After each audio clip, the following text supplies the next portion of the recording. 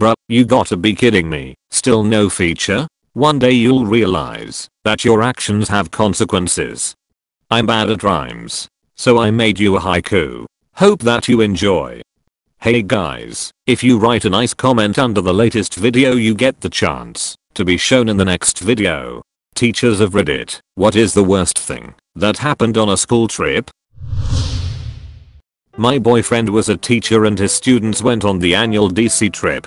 It was like 2 kids to each hotel room or something, and there was 2 14-year-old boys that shared a room. One of the boys hacked off into a pillow and then hit the other kid in the face with the pillow. Ask my students to be respectful of other pedestrians while on the trip because some people want to enjoy the nature center by themselves. One kid saw a woman with her service dog and tried to pull on it because mommy would let me have it. We had to leave because of that, and he ruined the entire trip for everyone.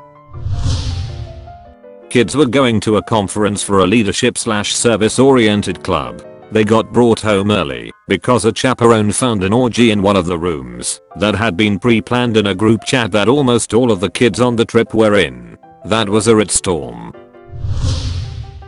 Former assistant teacher here. We were on a 6th grade field trip to the Franklin Institute in Philadelphia. Cool place. So, at the time one of the attractions was a sort of centripetal force machine that you can sit in and get swung around. Poor explanation, but imagine the Gravitron only smaller and faster with seats and no walls. I googled it, but can't find the ride, guessing it was swapped out for something else. Well, one dumbass kid thought it'd be funny to show off and see what happens when you undo your seatbelt while riding. Naturally, he got flung out of the machine at roughly half the speed of sound and broke his fall with nothing but his face. Glasses busted, massive concussion, totally wrecked. There was a whole investigation and the teacher in charge of that kid's group had to actually defend himself from accusations that he could somehow stop that level of stupidity. Sadly I didn't witness it, but did hear the impact from one room over. Pretty interesting day. We went skating, and one of the students fell, smacked her chin off the ice, and somehow got a skate blade to the face. She needed a bunch of stitches, and was able to stick her tongue through the hole in her face.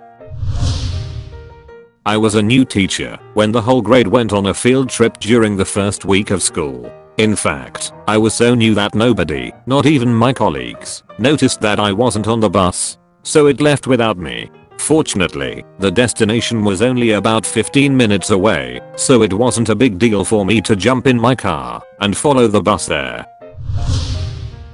I took 3 classes of 6th graders, age 11 to 12, to visit the Los Angeles County Museum of Art. We'd come from about an hour and a half away, the kids and other teachers on buses, but since I was hugely pregnant I was allowed to drive my own car. It had been raining, but I arrived a bit ahead of the bus, so when the kids got off I was there to lead them to the museum. As I began walking towards the kids getting off the buses I noticed a lot of papers on the sidewalk and suddenly realized that they were an assortment of extremely pornographic pictures. I stopped to try to gather them up before the kids got an unexpected and completely inappropriate sex ed lesson. We'd already had a big talk about being mature when viewing classical art, for instance nude statues, OMG, but we were not prepared for the most lurid porn LA had to offer. Unfortunately the rain had plastered the papers to the sidewalk, and the sight of the very pregnant teacher scrambling on hands and knees on Wilshire Boulevard sent the chaperones and teachers rushing to my aid, with 100 kids right after them. No matter how urgently I tried to wave them back, it was memorable. As a student I was left behind at a Hutterite colony. I went to use the outhouse and the bus left. In the kindergarten field trip, we had the parent of our most challenging student come along as a chaperone. Her group was her own son, and a very sweet, obedient girl. Let's call him Jim and the girl Shonda. Typically we teachers set up base camp, while the parents take the groups of students through the park. We do a scavenger hunt, and the parents bring us their cards for a stamp as they go through each section.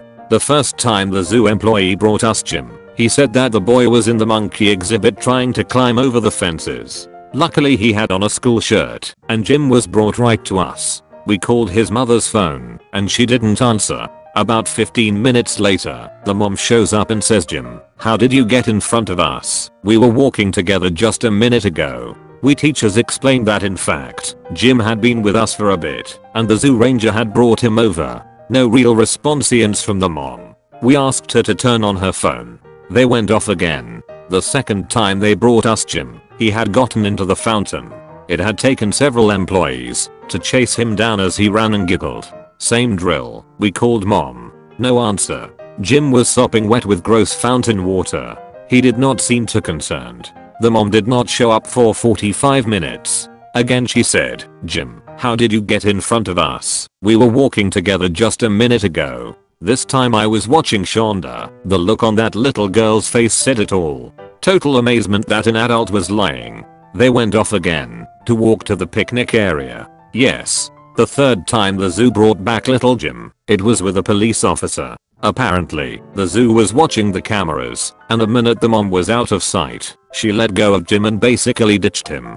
The mom got a citation for failure to maintain responsibility for her child and a 1-year ban from the zoo. The police officer accompanied her and Jim back to the buses and waited with them until it was time to leave. They did not participate in the picnic. Shonda had the best moral to the story. No wonder he is so bad. His mama won't even keep him safe when there is a tiger around. He is now a very troubled 4th grader. He doesn't get to go on field trips without one-on-one support from a school staff member.